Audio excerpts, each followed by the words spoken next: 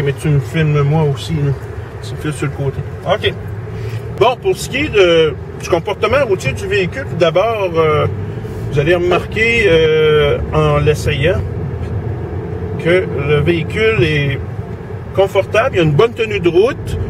Le moteur, bon, vous l'entendez, c'est le son du moteur 1.4 litres turbo que vous avez là. Donc, c'est sûr que si vous n'aimez pas le son du véhicule ou bien que vous voulez quelque chose de plus insonorisé, bon, ça va être à prendre ou à laisser.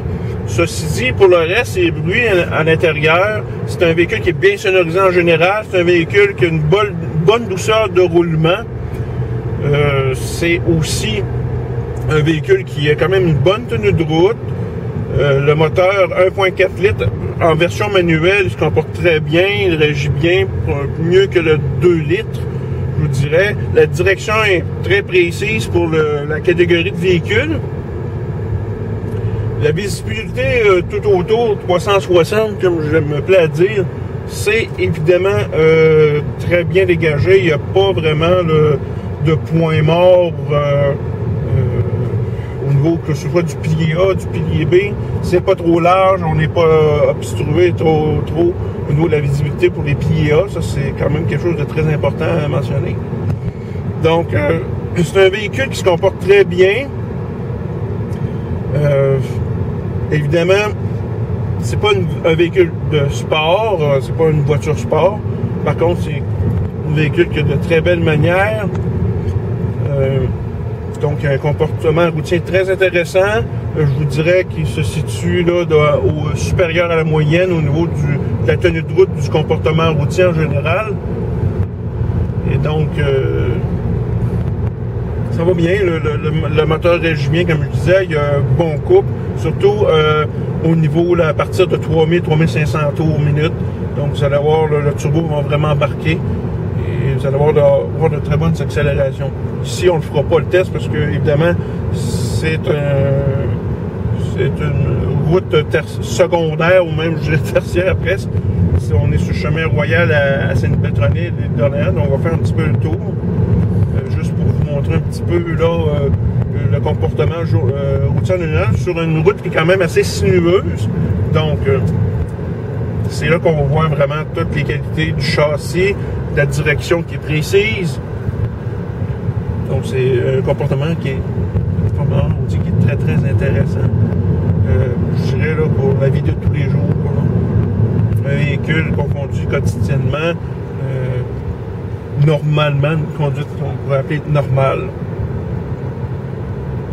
Les sièges sont très confortables. Le freinage est impeccable. La pédale est peut-être un peu haute par contre.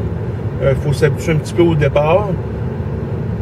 Mais ça freine très très bien. Il n'y a pas de tirage d'un côté ou de l'autre au niveau du freinage. Des fois, on peut percevoir ça. Ça peut déstabiliser le véhicule. C'est pas le cas du Dodge Dart. C'est un véhicule là, qui se comporte vraiment très bien, comme je le disais. Et c'est... Dans le fond, c'est un véhicule qui a gardé vraiment les bonnes manières de l'Alfa Romeo Giulietta. Évidemment, peut-être être un petit peu moins agile, parce que, bon, le véhicule est un peu plus pesant, est un peu plus long, un peu plus large, mais c'est ce qui fait en sorte aussi que c'est une belle routière. Donc, la conduite de tous les jours, puis même la conduite un petit peu plus serrée, les virages un peu plus serrés. Donc, ça se comporte vraiment très bien. La consommation d'essence, ben, regardez, c'est pas très compliqué. On est en combiné présentement à 7,8 litres au 100, donc ce qui est quand même excellent. C'est sûr que c'est pas nécessairement les cotes. Ça, les cotes, on les aura jamais. Donc, ça, c'est sûr que, évidemment, c'est toujours à prendre en grain de sel quand on regarde les codes de consommation là, affichés sur des étiquettes dans les dépliants. Ça, c'est pas mal valable pour tous les véhicules. Ça me fait penser, au niveau du bras de vitesse, la transition manuelle, ben, ça se manipule bien. La manipulation, ça se fait très bien. Ça se prend bien. Vous voyez que c'est comme une grosse boule ici, comme on peut montrer à la caméra. Donc, ça se manipule bien. C'est précis. Le guidage est précis. Évidemment, c'est pas sportif nécessairement dans le sens que le levier, la course du levier de vitesse n'est pas court, très rapproché comme on s'attend sur un véhicule de sport, mais ce n'est pas un véhicule de sport, donc c'est tout à fait convenable. Puis c'est pas trop long, ça va très bien, ça se manipule très bien.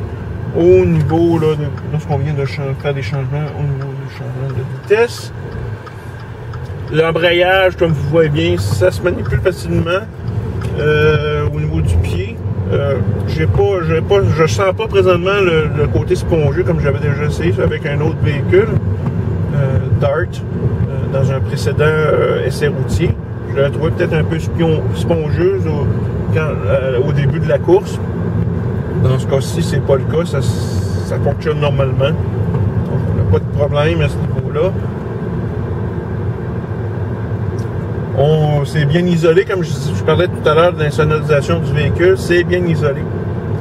Ça se on entend un peu les bruits d'extérieur, peut-être un peu les pneus, mais je considère que c'est dans la normale. On n'a pas besoin d'élever la voix pour parler là, avec nos passagers. Donc, on est capable d'entretenir une conversation. Ce qui est peut-être intéressant aussi en roulant, la manipulation, si on veut voir l'écran, la manipulation est quand même aisée.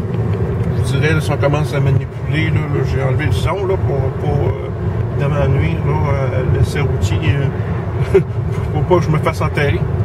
Donc c'est facile, les pictogrammes sont gros, on n'a pas besoin trop de quitter la route. Aussi tout ce qui est les commandes là, au niveau du volume, la synchronisation, c'est dupliqué ici. Donc c'est à portée de la main. Au niveau aussi, là, si on parle de la climatisation, du chauffage, donc ça se fait facilement, c'est atteignable.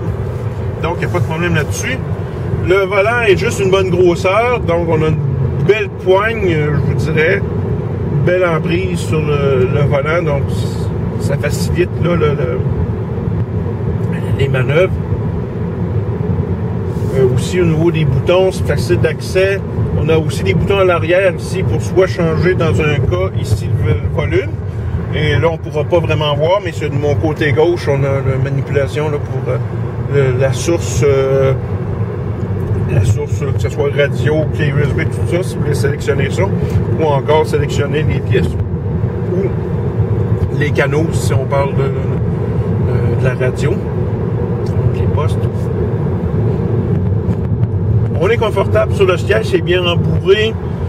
Peut-être un peu l'assise mériterait peut-être que ce soit un petit peu plus long, que ça soutienne mieux au niveau des cuisses, mais c'est quand même pas mal.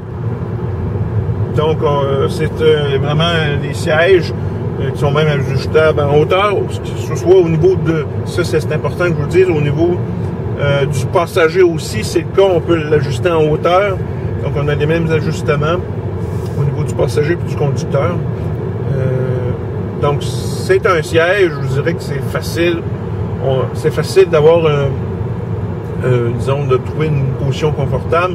Puis, c'est bien rembourré, puis c'est un siège qui va nous soutenir bien au niveau latéral aussi, également dans les virages.